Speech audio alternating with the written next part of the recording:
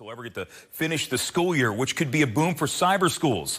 Young Voices contributor Fiona Harrigan spent most of her years as a cyber school student. She's up late with me on the Final Five to talk about what for many could be the new normal. All right, so Fiona, there is working at home, which a lot of people are doing right now. It is a whole different thing to take classes from home. Talk to me about what your experience was like as a cyber student going through most of your K-12 years. Yeah, so I was homeschooled for all of my K-12 years, traditionally for 2 years at the end, but for the first 10 I was cyber schooled, which means that all of my course materials were distributed to me online. And essentially it was up to me to independently work through those materials and complete assignments and submit those to teachers who would then grade them and provide feedback. So I attended the Pennsylvania Virtual Charter School, and that's a very common setup. And I'm actually glad you mentioned that because I'm quite familiar with the cyber school setup because I worked in Pennsylvania for years.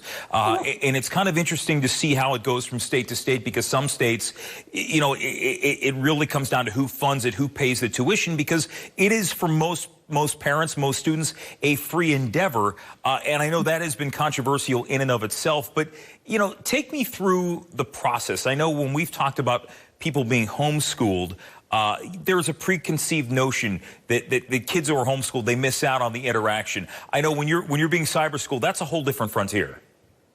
Absolutely. I think a lot of people construe it as homeschooling, and that's not entirely the case. Mm-hmm. So at my cyber school, for example, it operated essentially like a public school online. I had a lot of friends who went to my public school, who went to my cyber school rather. But at the same time, I participated in a lot of community activities. I had the time to participate in youth groups and even homeschool specific groups in my community. So it doesn't necessarily limit you to just interacting with your computer screen all day. People in cyber schools have plenty of friends and socialize plenty. So do you feel that it prepared you now that you're at the University of Arizona? Did it prepare you well? Were there things that maybe you wish you had that you didn't, or maybe something that put you at a better advantage over other students? I think there are two ways that it really prepared me well for the University of Arizona. So as a cyber schooler, I was highly independent and expected to be very self-sufficient, I think in ways that a lot of public schoolers aren't necessarily encouraged to be. Then when you jump into college, a lot of the ownership is on you to complete assignments and to stay on top of your workload. I was always fully in control of my workload as a cyber schooler. So the transition was pretty easy coming to the university and being independent and not necessarily having intense guidance from professors. On the other hand, it made me much more interested in exploring my own avenues. As a cyber schooler, you have a lot more flexibility in what you're doing and how you're learning. And I was able to take that more entrepreneurial spirit to my education here.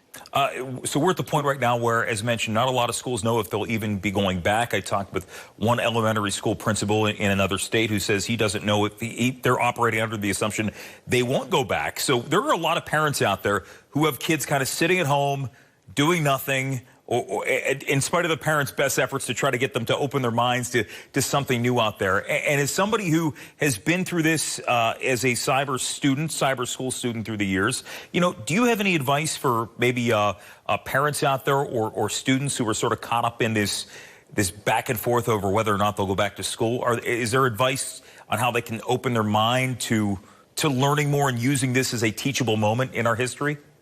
I think it's an opportunity to learn what you really value and to encourage your kids to learn in the way that they see best. For me, I was able to study whatever I wanted, and I strongly believe that everybody is interested in learning something. For me, those things were photography and language learning and writing and art. And I had the time to pursue those things because I wasn't locked into a rigid schedule. Yeah. So it's not necessarily about what you've lost in your public school routine that you have to replicate one-to-one at home. Yeah. It's seeing what you can capitalize on outside of that structure. Fiona, I'm just about out of time, but obviously I imagine the classes are out at the University of Arizona right now. So how are you spending your time? Oh my goodness, just writing as much as I can, going hiking because I actually have the time to go hiking now. Writing my papers as always. Oh, look at that. You're still at work no matter what. Fiona Harrigan, great talking to you tonight. Good luck with everything. Thank you so much. Back after this in the Final Five.